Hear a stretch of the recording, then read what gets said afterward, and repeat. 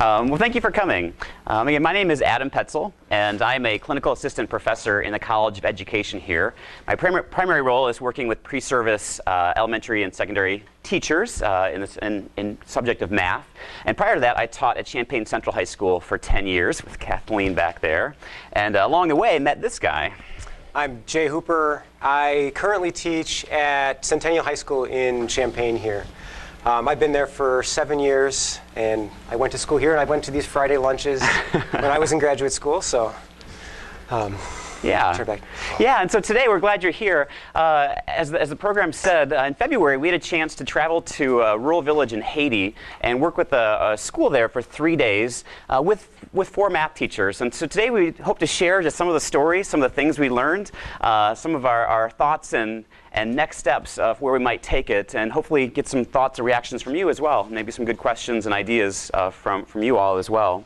So to start, this is a quick map of Haiti, and the village we went to is marked by the bubble there. And it's called Gramothe, Haiti. And it is a small rural mountain village, about 30 miles from Port-au-Prince, Jay? 15 miles from Port-au-Prince. Before we jump in there, I don't know how familiar people are with Haiti as a whole, so that we just take a minute and just give a few quick stats and things that might be good to put it in context. With this, knowing that stats in Haiti seem to be very hard to keep and get accurate based on the type of reporting and lack of centralization that exists in many ways. But a few things to note. Haiti currently has around 10 million people in Haiti. The size of Haiti, it's a little bigger than Vermont. You think about putting in context to a U.S. state. And in Haiti, in the 1800s, early constitution actually did promise their citizens free and compulsory primary education. But the government has not been able to make good on that promise to the people. In fact, at this time, especially after the earthquake, stats have maybe only around 10% of students have access to public education through the government. The rest of the education is done through private and other types of entities, not through the government. Some stats that are kind of alarming or just interesting to know is that still at this point in 2008, one study said that 39% of Haitians have never attended school at all. And they say that, however, it's also alarming to see a high percentage, over 37%, in the 6 to 12 age range category that haven't attended school either. One last stat here, just to set the stage. The enrollment rate for primary school is about 67% of the population, but less than 30% make it to the 6th grade level, and about 20% actually enter secondary schools later on. So it kind of puts a little bit of context of Haiti and where we started. So first question I think might be good is just the question of how did we end up in Haiti? You know, what's the connection and where that began? So I'm going to turn over to Jay, because that's really where it all began. Sure, yeah. So in terms of why Haiti, there's lots of countries. Well, in general, for my family, about 4 years ago, we started an adoption process in Haiti, and so one of our children in our family, we adopted from Haiti. So we started a relationship with Haiti as a country, and I mean, there's a long story there, which if you want to ask me afterwards, I'd be more than willing to tell. But there's a long story there, but that's, in general, how the relationship with the country started. And through that, we made contacts with a church, and with a school and a whole community, and just being a teacher, I was interested in the school, and we started on one trip that I took. I went just to see. I just wanted to see a classroom. I was curious, so that was curiosity. On a following trip, we had taken a team of people from the University of Illinois, of college students, and we worked with the actual students with math and science, specifically in science, that we wanted to give them opportunity to measure things, because they have a decent curriculum, which we'll talk about, but the actual laboratory experience they would never have had. So that was part of the history. Then this last year, we worked with the teachers. Mm-hmm. Yeah. And so at the school that Jay's talking about, just a little quick history of the school that we ended up at. This man here in the middle is named Willem Charles, and Willem is a native Haitian man, and he has a really amazing life story, which I'm not going to go through now, but I'm going to jump ahead to about 1998. when he had a vision on his back porch looking up at this mountain behind his house of this village where there was almost no access to any education. Unemployment was about 90%. There was very little hope, very little promise happening up in that village. And it was put on his heart that he wanted to start a church and a school up in that village. And so that began a process. And in 1999, this building was built that you see here behind Jay. This was a one-room concrete rebar-enforced building that was the first school in Gramothe, Haiti. It was interesting to raise the money for that. They actually got all the students from the village together and took their pictures. This is before this was built. Took their pictures and then went to the United States and went to different organizations and said, we have 70 students for a school, but we don't have a school. Will you sponsor a student? And if you sponsor a student, if everyone sponsors a student, we'll build a school. And actually, even today, the students are sponsored through a lot of Canadian and U.S. and other organizations. But it was here, 70 students, one-room schoolhouse, began here, 1999. Today, it looks like this. You can see here in the corner, this is that one-room schoolhouse here where it all began, just the 20 years ago. And this here is actually the elementary school. So now, it's hard to get an interesting amount of how many students are actually there. Everyone we asked to had a different number, but we think it was more than 1,000, a little over 1,000 or somewhere in that range. That's the elementary school. The high school is actually built terraced into the mountain beneath it. Were there 3 of these levels, Jay? Yes, so these are 3 of these levels with high school classrooms terraced into the mountain there. And then next to it is also a church and a basketball court all on this mountain. But to give it a different perspective, I like putting it to see things in a different viewpoint, which is what this trip was all about actually, is this is the same school taking a step back. So that gives a little different context too of realizing, so we're talking about a rural mountain village in Haiti, a beautiful backdrop. But again, very high poverty, and many of these children, of these 1,000 children in the school, these are first-generation educated children. Just their history of their families does not include regular, at least, education. And so this is a new step in these family histories. All right, well, I guess that takes us to our trip. Yep. So for the trip, really, this is what it came down to. Through Jay's connections, we were invited to come back and work with four secondary math teachers that taught at the middle and high school level over 3 days at the school. And this was just in February. And I guess when we thought about our goals, I don't know, Jay, you want to talk about our goals a little bit? Sure. We really wanted this to not be a one-time, 3-day, said and done thing. We wanted to start a relationship. So that was probably our first and foremost goal, was to begin a relationship that would hopefully continue into the future. We wanted to come not as the experts saying this is how you should teach, but to really learn from one another. So that was another one of our goals. Mm-hmm. We wanted to share some strategies based on what I had seen of, and what we had read about of our understanding of education in Haiti. We wanted to share some strategies that we thought they could actually implement and would be useful for the constraints that they're under. Mm-hmm. And we also, several years ago, had installed a computer lab with laptops, and we had brought 13 more laptops on this trip, so there was a lot of maintenance on the computer lab. Yeah. One note on the sharing strategies, the director of the school, Willem Charles, the picture we showed earlier, actually did express interest. He said one thing about the school, this is really, he sees as the hope in the future, of the village, and he wants it to be a model spreading to other villages, but he knows that education is the key to empower the future leaders of Haiti. And so he sees what he sees, and he communicated to Jay and I that, again, many students are good at the memorization. They're good at being able to know the formulas and spit it out, but he wants to see more that encouraging of the other critical thinking, of students being empowered thinkers, of being creative and thinking outside the box at times. And so part of the goal was just to think about, well, what does that look like? All right, so we went in with that. Now, in planning for it, it was interesting. It was really a tough, just reflecting, it was a tough thing to plan for, because communication was very sporadic, and often information we get back was conflicting at times. But we did get some things that were successful. One is we were able to send a survey and got translated and sent it out, and the teachers were able to see it, and 2 of them were able to actually make it back to us in French, is the language that the teachers are speaking there. And it was good. The point of the survey was to start initial contact, so that it wasn't something that was being done to them, that we wanted information from them, that we wanted to hear what ideas that they thought were working well, things that they would like to learn about, tell us a little bit about their school, themselves, their history, just to begin that relationship before we got there, and so they felt like they were part of the process.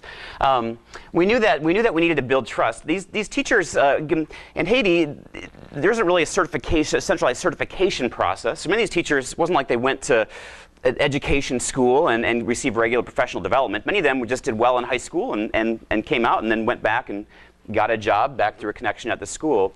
And so we weren't sure, as far as coming in and working at sitting on the teachers at the tables, how open they would be or willing to open their classrooms and allow foreigners to come in and be part of their everyday experience. And so we knew we had to build trust with them. And that was a big thing that we talked about. We also wanted to think about an asset-based approach. Like Jay said earlier, we really wanted to go with the mindset that we don't have all the answers. We're not going in to say, we in the U.S. have all the answers. Here, do this, and everything will work out, because that's not the case. But we can really, they have many things that they're probably doing really well that we can learn from. Hopefully we have some things and experiences that they can learn from, and together we can build on each other's assets and build from there together, and all of us become better teachers through the process. It's also interesting within the U.S., I do some professional development work in the U.S., and it tends to involve a lot of paper and packets and materials, and you give people stuff, and and then we just realize, well, in a place like Haiti, that won't be sustainable. Things that depend on a lot of, they don't have a copy machine for copies. Students have one notebook, that they use. Teachers don't even have their own teachers' editions, we found out. They check them out from the school and have to give them back at the end of the day. So we had to think about resources, language barriers. The big thing was flexibility, knowing that anything could happen. So we just wanted to be flexible as we went. So important, right, Jay? Yes, everyone likes coffee and donuts no matter where you're at. That was our theme. Yeah, so we were able to find someone with connections who was willing to drive down to this, more towards the city, to a bakery to bring back some goods for us. But we wanted to start with really just getting to know each other and talking a lot about each other and about our schools, and trying to understand each other and ask a lot of questions. It always helps with some coffee and a donut to begin the day. It was interesting. One thing to note is, as we talked at the beginning, some of their notions of U.S. school, kind of sharing some impressions of U.S. schools. There was 4 teachers we worked with. They were never all there at the same time. Right. It was different groups over the 3 days. But some of the impressions were that in Haiti, they said that they tend to do a lot, are more thorough. They tend to do a lot more formulas and more thorough than they get considered U.S. education.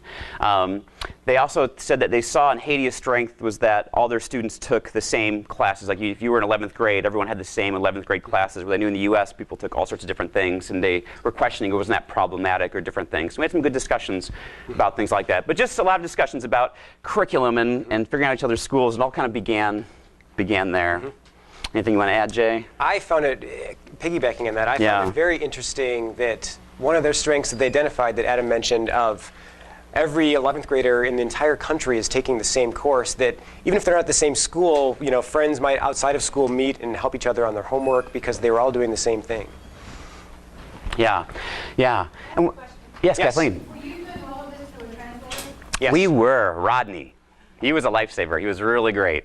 So for all 3 days, he was with us and did an excellent job. And one thing in planning, we were worried about the translation issues with math terminology and things like that, hoping our translator would be able to translate in terms of that type of vocabulary, and he did a wonderful job. Yeah. We're just pointing out, Kathleen, that please feel free to interrupt and ask questions. Yeah, that'd be totally fine. That's what I found was interesting. That again, we don't want to try and lump all of Haiti in one group. This is 4 teachers at one school, just like we want to be grouped all as a whole U.S. So we'll try not to do that. So forgive us if we say that at times. But these teachers, we found that they, unlike most teachers in the U.S. where we work at one school and stay there all day, these teachers bounced around, so many of them 3 different schools. They here on Monday in the morning, here on Monday in the afternoon, this school on Tuesday, back here on Wednesday, and very sporadic. And the student schedules then were much more like a college schedule. They had this class Monday and Wednesdays for different hours even each time in this class. Yeah. It was very much sporadic in that. We also found it was interesting that they taught like 11th grade math. They had different units or branches. Like think of it as, say there was 4 main units for that class. Different teachers taught those units, and often at the very same time. So they'd have several of these branches going out at the same time for different days. There's just some interesting differences. But so we're just going to share a few highlights from the 3 days and some things that came up. Yes, Barbara. Even though you and I might be taking 11th grade math class, you might be in Unit 1 and I might be in Unit 2. No, we might both be in Units 1 and 2 at the same time. With different teachers. Exactly, we would be at the same time because everyone's got the same schedule. Because we were amazed that one teacher taught physics once a week for 2 hours. And there was just, there was no way they were going to get through all of the course in 2 hours once a week. But then we found out he was only teaching the magnetism part. Someone else was teaching another part at the same time. So they're responsible, the students are responsible for a lot of material simultaneously. Do people try to coordinate topics that build on each other, or are they totally... I'm not sure I have an answer to that question. The curriculum is based on something they call the government program. And so a lot of schools have these government program booklets. And those booklets kind of give it's a centralized curriculum that kind of map out the branches. We have a picture of that later on. Yeah. So Peter has a question. Oh, yes, Peter. I don't know the answer to this. Do you have the impression that the French and the people in Paris take a special interest in Haiti and that there's still connections because they're a French-speaking country and is it based on the French system? That's a good question. I'm not familiar with the French system, but my impression is that France as a country doesn't show an active interest in Haiti. But it's not like the French colonies in Africa, the former colonies. No, I would, and this is, I guess, my opinion, but my opinion would be would no. I mean, the teachers, I think we brought some textbooks in French, and it seemed like it was the first actual textbook outside of Haiti they'd ever seen, ever.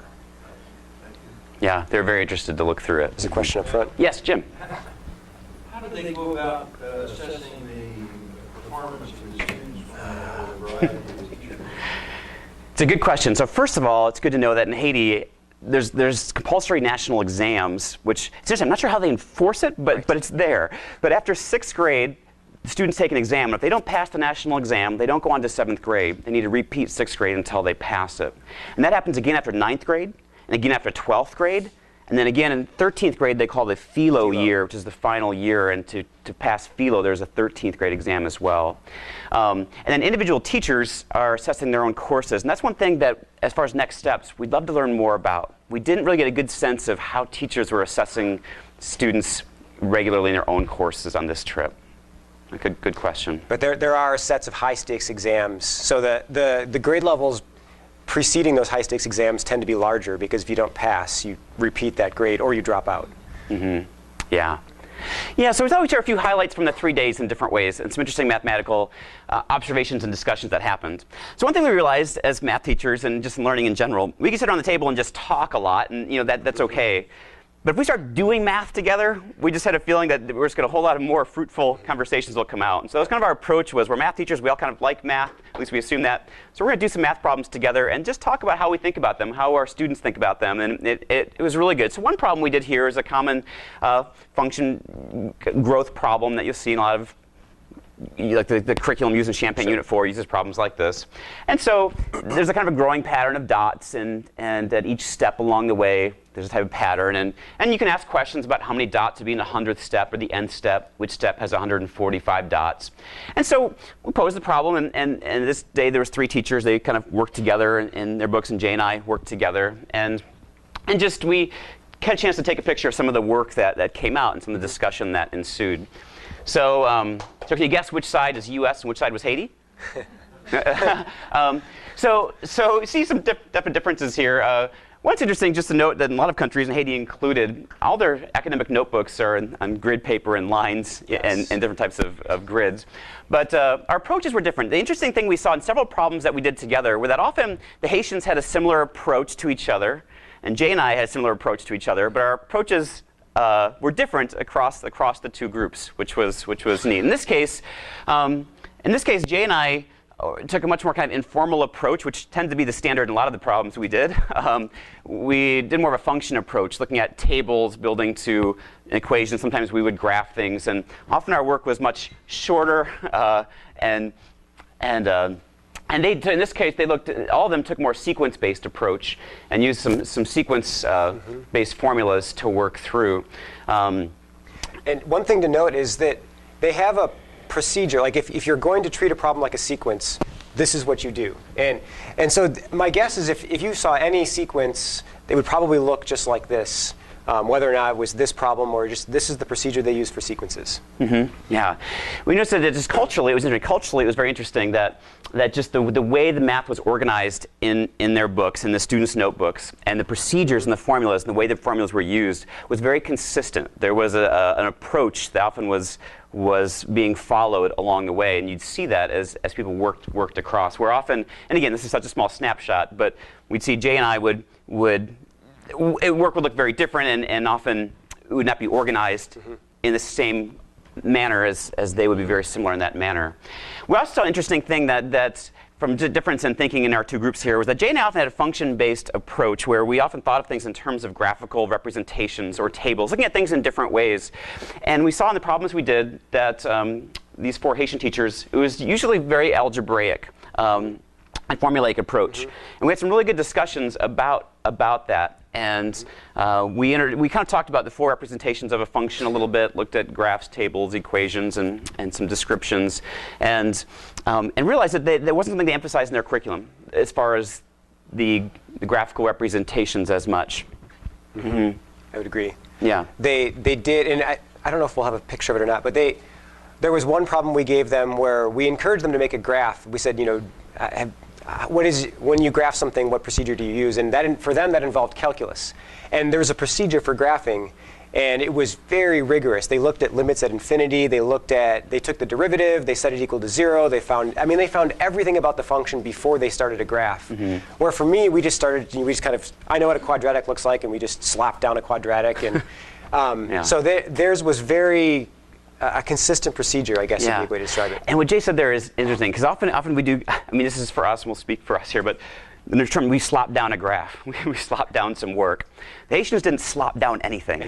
And that was really neat to see. We often, our haphazard way highlighted some of their real strengths and some of their real attention to precision and detail, which you really saw in their work, which was a neat comparison.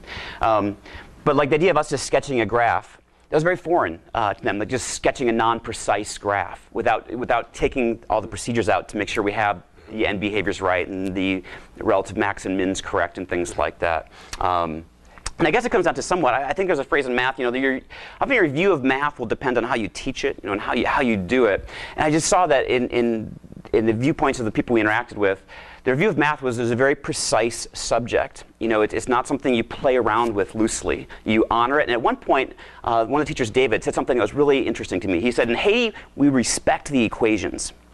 And I may be reading into it more than I need to here, but I thought he was kind of communicating something that math, you respect it. You don't treat it, sloppily or just at whim. You have to follow its rules and respect it, which is interesting because I think Jay and I talked about this. We approached a little more that we do see math as that, but we also see math as kind of a tool for thinking and solving, and sometimes a tool for creative ways of finding an answer to a problem we want to solve. And with that, there was different ways of approaching it, because maybe how we viewed it a little differently. So after we gave them a few problems, yes?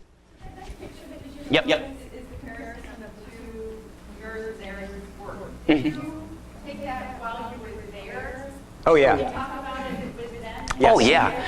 In fact, that was, that was the whole point. So we'd both solve it individually and come together, and we would share, and we get on the board, and we talk about it, and talk how our students might approach it, and how we thought about it. And those conversations were all at the time. At the end, we didn't take the picture of their work until the end. After we had built some trust, at the end, we asked if we could take a picture of some of their work at the end. But yes. Yes. Yes. Yeah.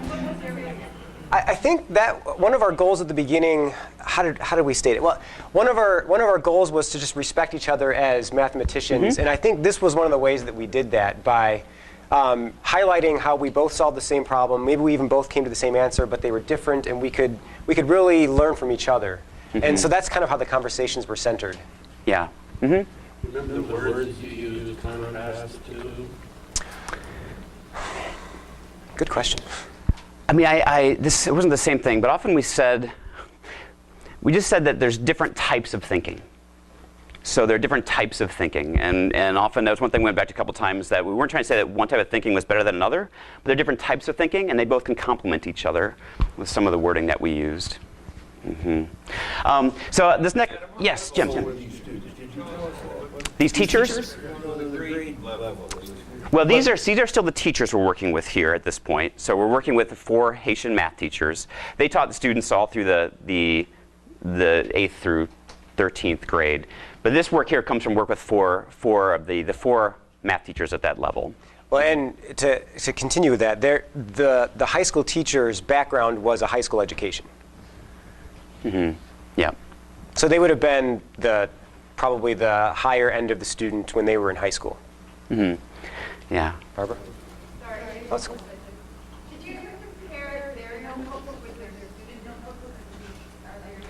We didn't do that with them, but we did observe when we were, like, that was something that was conversations that Ab and I had, was identical. I mean, just identical. It was amazing, actually. It's really interesting. I mean, their notebooks are actually very similar to like my dad's like he got high school. This sort of was mentioned, and that sort of precision. I even, a few years ago, I was observing a class and the teacher wasn't in the room. So there was a student modeling a problem. And I remember how that student was behaving, and it's identical to how the teachers behave. Like there's just a style of, this is how you present a problem to a class. And the student was identical to the teacher, and their work, it's pretty amazing, actually. We're going to show some board work of the classes coming. You'll see a typical Haitian style on the board, and it is the same in all the classes that we witnessed. I'm wondering if it's also European influence as well. Could be. Yeah.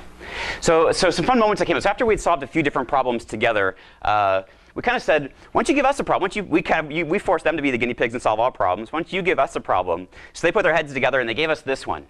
And Jay had said, give us anything, calculus, anything. And I'm going, oh man, I haven't taught calculus in a long time. So I started to sweat a little bit. And then they give us this problem. And I saw the second one. I'm thinking, okay, Jay.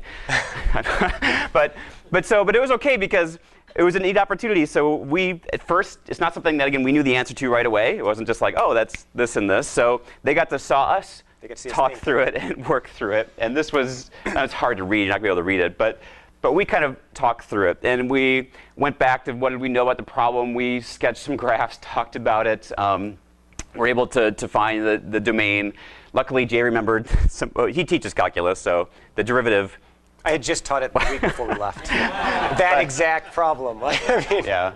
But it was good. It was good. I think it was good to go in this type of relationship to allow to put yourselves in that spot as well, to be the ones that aren't on the spot. You know, that they get to pose the questions back to us. And it was a neat moment again. It also was neat as well. They were, again, really surprised that we were sketching these graphs. That was a theme, like just very curious of these sketches and things that we were doing. And at one point, after this problem, or soon after this, one of the teachers asked us, so when you see an equation, do you see the graph as well in your head, or something very similar to that? And it was a real interesting question again, that this was just something that came up. And so I love Jay here. Jay said, well, he said, well, why don't you give us an equation?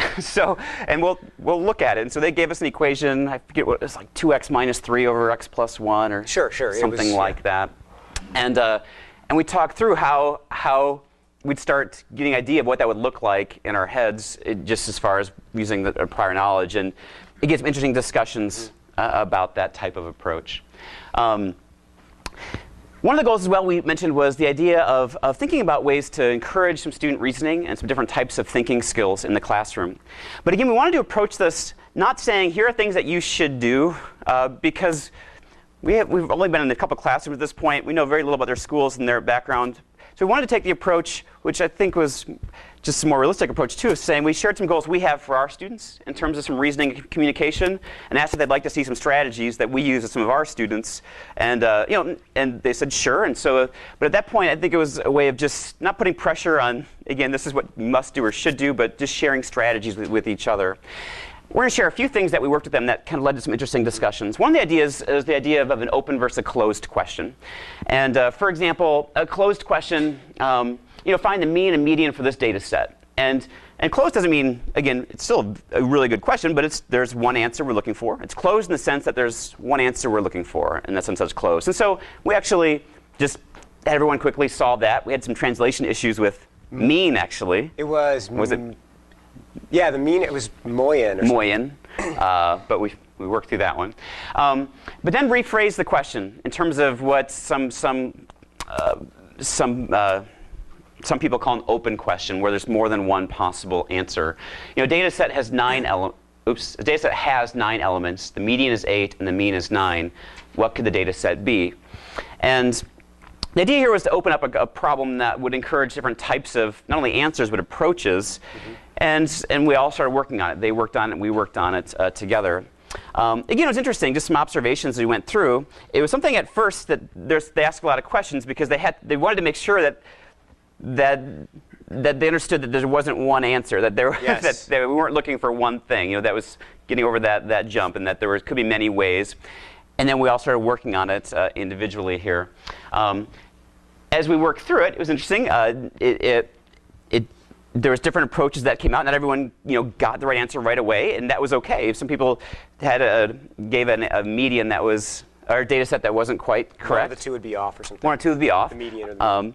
And so we just encourage each other to go back and think about it again. And there was a little chalkboard in the room here, and so this just shows just a picture of some of the work that they showed here. And basically, it's neat because we saw several different strategies and different answers, and everyone was encouraged to explain how they got it. So different teachers went to the board and explained how they thought about it and their reasoning behind it. We did a few problems like this, and it was interesting. They made some comments. There was a few made comments just saying they thought it was a very interesting strategy. They'd be interested to try it. But one of the teachers said, well, the closed questions will be easier for students because there's a formula to follow. And the open questions will be harder because students might give up. And again, that's a very wise statement. So that was a really good discussion that ensued. Is when giving an open question, as a teacher, pedagogically, do we expect every student to go get it right? How do you facilitate that type of learning when there isn't one approach?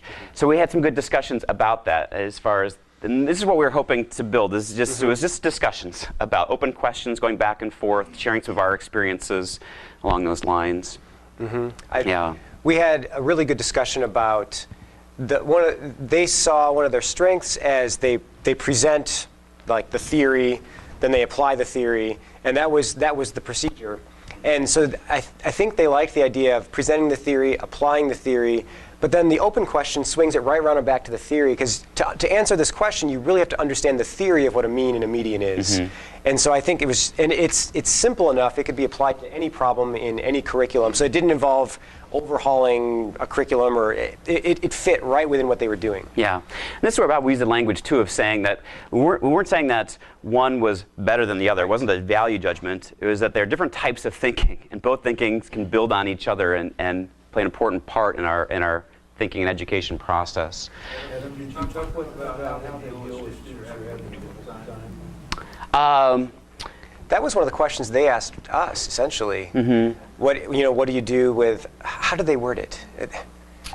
They had asked us essentially the question of what do you do with a student that doesn't seem to care, and we didn't come with the answer for them, but it was a discussion we had. There was, and one thing we realized, at least at this school, there wasn't a lot of extra support and resources for struggling students. There wasn't a lot of open office hours or extra time, because teachers were there a little bit and then gone somewhere else. Students had to depend on themselves. They said that their classroom time was theory and application, teacher-led application, and then students are supposed to practice on their own, outside of school. They said students would often work in groups, and that was their main support system, was grouping together and trying to work through things together. All right. So we spent time in some classrooms as well, and so I wanted to share a few just insights and thoughts that we learned from these visits. This is what the high school classrooms look like on the inside. They're actually very beautiful. Outside the windows, you saw the mountain going down, and the students all sat on these wooden benches. It's always fun to see cultural differences across things, and some things are interesting, where in several classrooms we saw, like you'll notice here, if you look at these students here, just very close together, right? But over here, there'd be an empty bench, from here to here. Or just fun cultural differences where, often in the United States, many of us like our space. Students want our room. Where even if there's an open room, they all clustered together. And when we got to sit right on the benches with them, and at times there'd be like a 1-foot gap, and we'd just get right in, and we'd be right in there with them, and people would be looking at each other's notebooks, and just kind of a fun little difference there. But with the classrooms, you notice also students in uniforms. So you know how sometimes we joke around, you hear the jokes on TV about Grandpa talking about how when they went to school, they used to walk 2 hours uphill to school both ways, in the rain. I'm thinking actually for many of these students, when they're grandparents, they will be the true tellers of those stories to their grandkids, because many of them are first educated children who, this is a small village they're at, and with 1,000 kids, they're not all from this village. This school serves people from all around, and some of these kids do walk an hour, or I've heard up to 2 hours to come to the school. Yes, it is uphill, at least one way, up the mountain. But their uniforms were clean and pressed. They took a lot of cultural respect in the professionalism of their dress, and the teachers as well. The teachers were always in ties, always pressed. We were much more wrinkly after traveling in the airplane than the Haitian teachers were. And it was interesting just to realize that this was just a real cultural presence you felt there. We were staying at a house that was on a different mountain, so we would walk down the mountain and up the mountain. I love the walk every morning. But some of the students, or even the teachers, they would be from another mountain. So they would go like up a mountain, and then, they really did walk a long ways to get here. One of the teachers told us that to get to the school, he had to take 3 taxis. They call them tap-taps in Haiti. You tap on the window, and they jump in the back of a pickup truck, basically. But 3 tap-taps, and then hike up the mountain just to get to the school, to get to the job. The days that he was there. But we talked about some typical work in the notebooks and on the board. And this represents what we saw in pretty much every classroom that we witnessed was the style. Every teacher organized the board work the same in these vertical columns about 3 feet wide. Even the width of the columns were very, very uniform within the classes. Every problem began with givens, usually données in French, givens, and they'd list out very precisely with symbols and correct notation and pose the question. And as they worked through, things weren't slopped on the board. There was a precise way and procedure that they did this. But some classroom norms that were interesting is that while doing this, students had their notebooks out, but most students at this time weren't just copying down. Some would try and call out some numbers here and there as teacher was going through. There'd be times where you hear students calling things out, maybe trying to stay a step ahead of the teacher as they were working through. In the classrooms we saw, there was a few questions here and there. But not many. But not many. It was more of some of these, this was an 11th grade class, had a real feeling of a college type math class almost, is what you might experience, is the feeling. But interesting thing is once the teacher had resolved the problem, and in this case it would be this problem started here and resolved it over here and verified the solution at the end. Then the students got their notebooks out and began the process of copying it down. And it was just interesting, again, we talked to teachers about that, and one notion was just that, one was that they wanted students to really try and watch and take it in, and then at the end copy it down so you can focus on the thinking. But the other notion was that their notebooks represented their main textbook and learning experience. And as we looked around at the students, in the United States, we always think about use a pencil, right? In math with elementary kids, make sure you have a pencil in math class.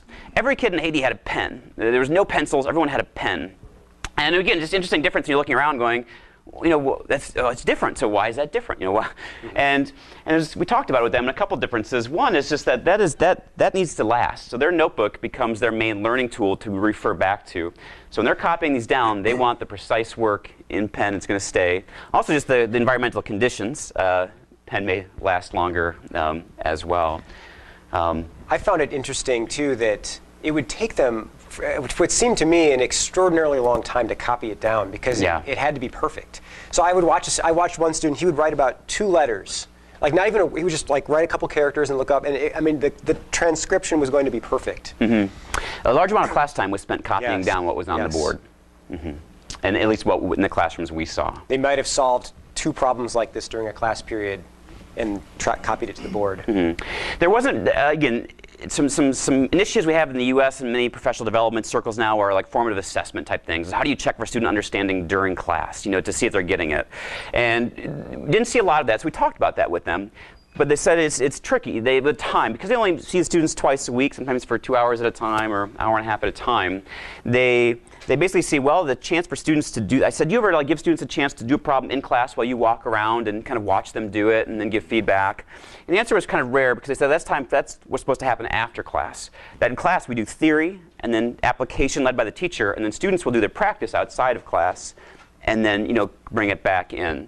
So the part of that is a real big time constraint that is placed on them by the scheduling at this school. Question in the back. Yeah. Yes, Barbara. Did it go in the notebook? That's a good question. I didn't see a lot of mistakes crossed off writing their notebooks. So maybe they have a separate notebook for practice. I don't think I can answer that question. Yeah. Another question, Kathleen. How long is the school day? It was 8 till about 2:30. Does that sound about right? 8 to 3. It depends. Some classes went later than others, but I'd say 8 to 2:30 or 8 to 3 was typical. Yeah. There was time after school for practice. There should have been, yeah. In fact, some classes even started at 7 a.m. We hiked up early one morning, got there at 7. Yeah. We even saw one of our highlights. We were walking down, and you could look over and you could see these 2 students sitting out in front of their house doing homework. So we took a picture from the distance. And there is a culture. I think a lot of students don't do their homework for practical reasons, like maybe they have to earn some sort of income. But I think there is a culture of they do their homework outside of class. Yeah. Question back.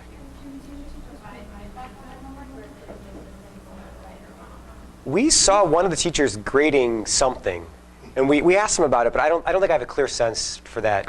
Yeah, as I mentioned earlier, it's one of the big follow next steps that we would like to learn more about, the idea of assessment and what that looks like, at least at this school. We'd love to have more discussions about that. Yes, Peter. Did you get a chance on the kids and particularly did get a sense of what Dr.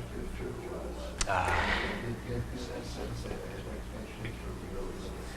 Very good question. In fact, 90% of kids we talked to all wanted to be a doctor. They all want to be a doctor. Yep. And is it realistic? You know, that's a good question. We talked to Willem Charles, the director, and it was a tricky conversation. In one sense, it was harsh because he said they're not going to be doctors, Adam. They need to get that out of their brain. They're not going to be doctors. And in one sense, it was harsh because you're thinking, how can you tell someone? Some of these kids can work really hard. Can't they work hard, go to college, become a doctor? And he said they don't have the family status to become a doctor in Haiti. They need to be the ones that grow up and get the education and develop connections. He said in Haiti, connections are so important. You don't just get a college degree and go get a job. You need to have connections to get the job. And this is, again, the take of one man. So, but he said, no, it's not realistic. And so he was encouraging students to think about being contractors and other types of jobs that are really needed now, that they could fill roles and build connections and build stability. It was interesting that when we had conversations with individuals, like our translator, for example, I asked him, how did you get into translating? Or the teachers, every single person that when you found out why they were doing what they were doing at that time, it was because they knew someone. And that person, that person said, hey, I know this guy, and then they get essentially an interview and a job. But if you don't know anyone, you could be the most qualified doctor there, but you're not going to get hired. And it was a harsh reality, but it was a harsh reality for me, because here I would go get a degree and then I would apply and I would get a job. Yeah. And why all doctors is a good question too, like why all doctors? And I'm not totally sure, but we talked about that and thought, well, for all these students in these rural villages, the doctors' clinics come in and meet a really great need they have, and they have a lot of respect for the doctors that come in, and so see that as wanting to do that. But also, a lot of them don't have the opportunity to see many educated other types of professional options, I think, as well. And so it'd be interesting to, talk about future steps, to think about career fairs, or what are options students have in Haiti realistically, and what could those look like? Yep. Yes. interesting. I think so. Much smaller, but I think I do remember some saying that we talked to. Teaching as a profession was a respected position. It wasn't a highly paid position, though. No. Especially the elementary teachers. I don't want to quote a number because I forget, but they told us how much the elementary teachers made. It was small. I mean, very little money to elementary teachers. They told us the budget for the whole school, for the principal down to all the teachers, and that, if you divide it, I mean, it was small, which helps explain why they might teach at multiple schools. Yeah. Yep. Yeah. So a few last things here. Winding down. This was an 8th grade class we visited. This is a picture of the government program, they called it. And this is one of those communication barriers. First couple of days, the first day they kept talking about the government program. I had no idea what they were talking about. But then we were able to realize they're talking about a curriculum, and these workbooks are what students have. But not all students had them. Not all students could afford them. And some, you could tell, have been passed on for a long time. You know, just the way they've been passed on and resold and resold and resold. But this is what the students kind of worked out of. Some lessons we saw, the teacher was basically doing this on the board. In this classroom, and there's some practice here. Interesting note, though, on this specific page, you can't see it, but there's some shaded polygon shapes here. And this actually is a really good problem. It has students estimate how much of the whole region is shaded. And this is actually a really nice reasoning type problem to encourage student thinking and communication about mathematics. And again, we were there for a few days, so we didn't see how these are used as much. It was interesting to note that there were some problems in here that we thought, wow, I really like that. But we didn't see that being used in the classroom. The classroom was just, there's some formulas up here, and then they went through the formulas that were up in the orange box. Yes? I know here in the U.S. books usually get rewritten and republished under the same title, and it's just like edition 2, edition 3. Do the government program books usually get updated and then a child coming in later will have to buy a new one, or does the one that gets passed down through family or sold and sold again, is that what's so relevant?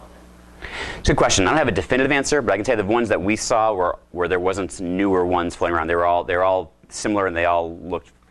They were very well. The new ones that were more taken care of were the same as the ones that were real torn up and highly used ones. They were the same.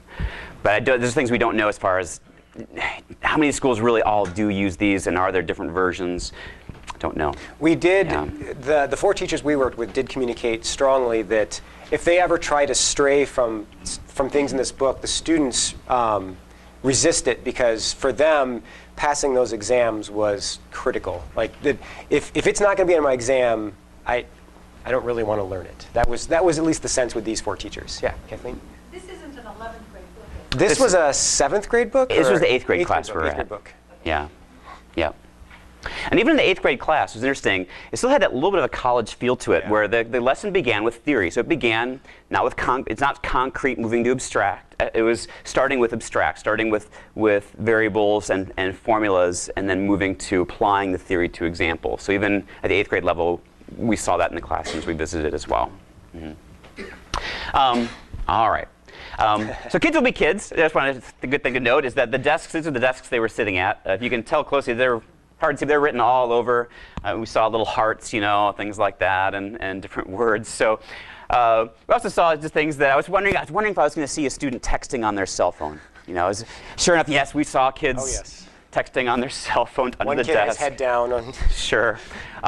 We saw passing of notes. Yep. There's things, you kind of, what are we going to see? So you feel like you're kind of the investigator in the classroom. But we also saw in the classrooms we were at a high level of respect overall for the teacher as well.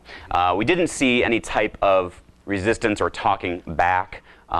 Students, there were some cultural things. Students rose when the teacher came in and sat down, and we saw a high level of respect for the teachers in the classroom at this school that we were at. So we shared some of the I think we shared most of this as we went through. Any questions that you had about the classrooms or the students' experiences? Kathleen? What are they doing with the laptops that you took them? Oh, good question. I'm going to go forward a couple slides here. So Jay, you want to talk a little about that just for a second? Sure. One, they recently hired a full-time. The computer lab, which this is a picture of, used to be run by a part-time person from the United States that was there as a teacher. Now they hired a full-time Haitian to run the computer lab, so that they have computer classes starting. The laptops we just recently brought allows them to go down to the middle school level. So starting at middle school, they'll have computer classes, and they were very well used, and they're also very well taken care of. When I observe students with them, they take care of them very well. And that was one thing that Willem had communicated to us, the director of the school and of just kind of he had said that the students take a lot of pride in the fact that they have a computer lab at their school. That this computer lab, I mean, to be honest, they're better than the computers that I have in my school. And that it's not something that, it really does distinguish this school among many schools in Haiti. And so it was something that they were very proud of. And so they use it, they value it, and they respect the computers. Yeah, and as of right now, I mean, they're learning things. Some of them, they're learning just basic computer operational skills, word processing, emailing, internet, some type of Facebook. Facebook. We had a student. Yeah, we had a student come in, right, and say, "Can I come in and do some research?" And well, okay. Facebook is up within a minute, but that's a whole different discussion. But we had that with the director as well. Is that you're opening up a different, other opportunities, things like that as well. And is that a positive thing? Is that desired? Is that not desired? And so the lab actually, there's some good discussions there to talk about. But the notion is that the world all of a sudden does open up quite a bit with access to this lab and access to the internet. That students will be doing research and learning about, have the opportunity at least, to learn about many different things. So it's an exciting aspect of what's happening at the school. Yeah, Wayne. You mentioned that you have Microsoft Office. Will they be teaching staff? Yes. The computer, the Haitian that they recently hired, we had to spend quite a bit of time with him, and that's Bly. Yeah, actually, there he is, right there.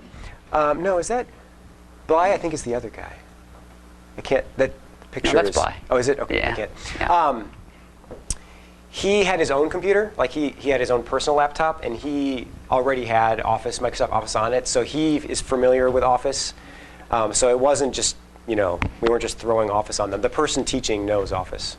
I mean, one of the goals the director talked about is that students can gain these computer skills with Office and spreadsheets and things like that. That does make them more marketable, possibly, for different types of jobs. And so seeing that vision of what opportunities are we helping students to be prepared for certain jobs. And I think that's still forming, as far as having a real clear path, but it's starting to, those discussions are happening. Mm-hmm. Yes, Bob. So you said that the textbooks are durable.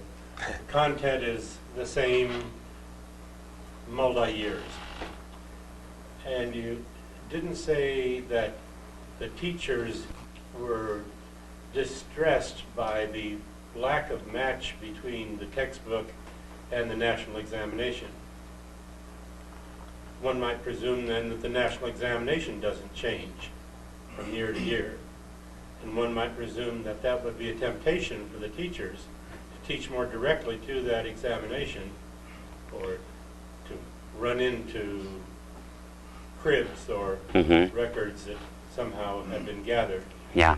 Any comments about this durability of and narrowing of the curriculum? Mm-hmm. Yeah, I mean, I think the same as we see here with Common Core assessments around the corner coming out for our students, that the assessments largely drive instruction in many ways, and it's no different here. These are things that we would like to learn a lot more about. As far as we don't really know what those national exams look like. One question we had is, how well are these government booklets aligned to the tests? And we'd love to know that, or do a little study and see, does it really prepare them if they know this content? Is that really what's being assessed? These are all things that we'd love to learn about.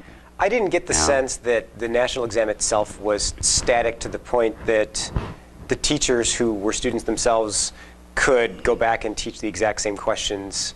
I didn't get that sense that it was that static. Yeah. Yeah. But I guess that would be pure opinion and speculation. Yeah, so I guess wrapping up, or at one here. Just want to say one thing. So some final debriefing things we did. I'm not going to hit all of this, but we had some good discussions. One of the things was we shared in this session here about opening up questions. One neat thing that happened at the end was after we'd been in their classrooms and the last afternoon we were together, we took some of the material that we had seen in their classroom and together kind of applied that strategy to the material they had just taught. And it was interesting, this light bulb went off. It was just interesting to see a couple of light bulbs were going off like, oh, this, so. We flipped one of the questions that they presented in class. Yeah, so a couple of the things in two of the classrooms, we flipped it and opened it up and talked about it and did that together.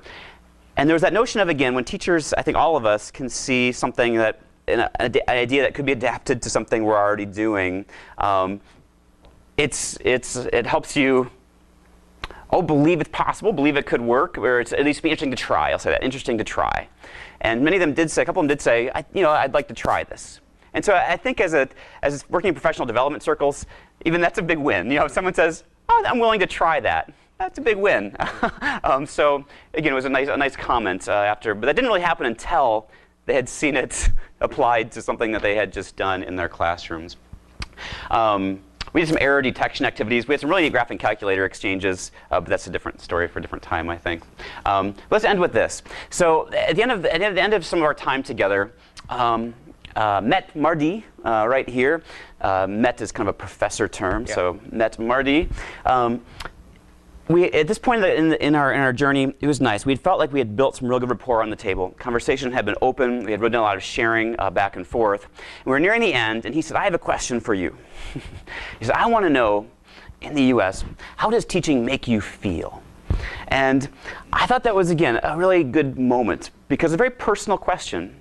And it just was that he was very interested. It was kind of a heart-to-heart moment, eye-to-eye. Put it on the table. What does teaching really mean to you? And so we started just sharing around the table of how teaching makes us feel, some of the things that excite us and challenge us. And again, of course, there's a lot of similarities. I mean, some of the words they used, where they often talked about their lessons as the message, which is interesting too, just a translation thing. I kind of liked it. But they said that often when, this is coming from their side, that when students are looking at something, looking at the message, often they see many different things. They don't see the same message. But those moments when everyone sees the same message and we all move forward together, they talk about how that lights them up. But again, typical things I talked about when seeing students that are unmotivated, how it's really challenging for them, and dealing with some of the demands of the job and the traveling and the pay and some things like that. But it was kind of a neat moment together that I felt like our goal of building a relationship was kind of solidified as we kind of went around and opened up about that question. And I think that's where we'll end here. As far as where this goes, we're still in discussions about this. Our goal was hopefully that professional development work is tricky because, 3 days at a school working with 4 teachers, you kind of think, well, okay, Adam, Jay, what good did you really do? That costs a lot of money. Tickets go down there. What fruit came out of it? What's the end benefit?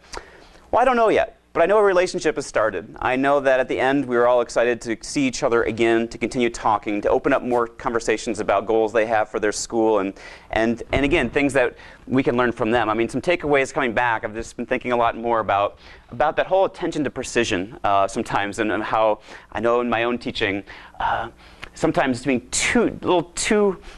too much of slopping things around, and thinking about there's a notion of mathematics, of being precise sometimes with my labeling and how I'm using the board as a teacher, seeing the way they use it, just being intentional about my use and thinking about how I'm using it to communicate a story with my students.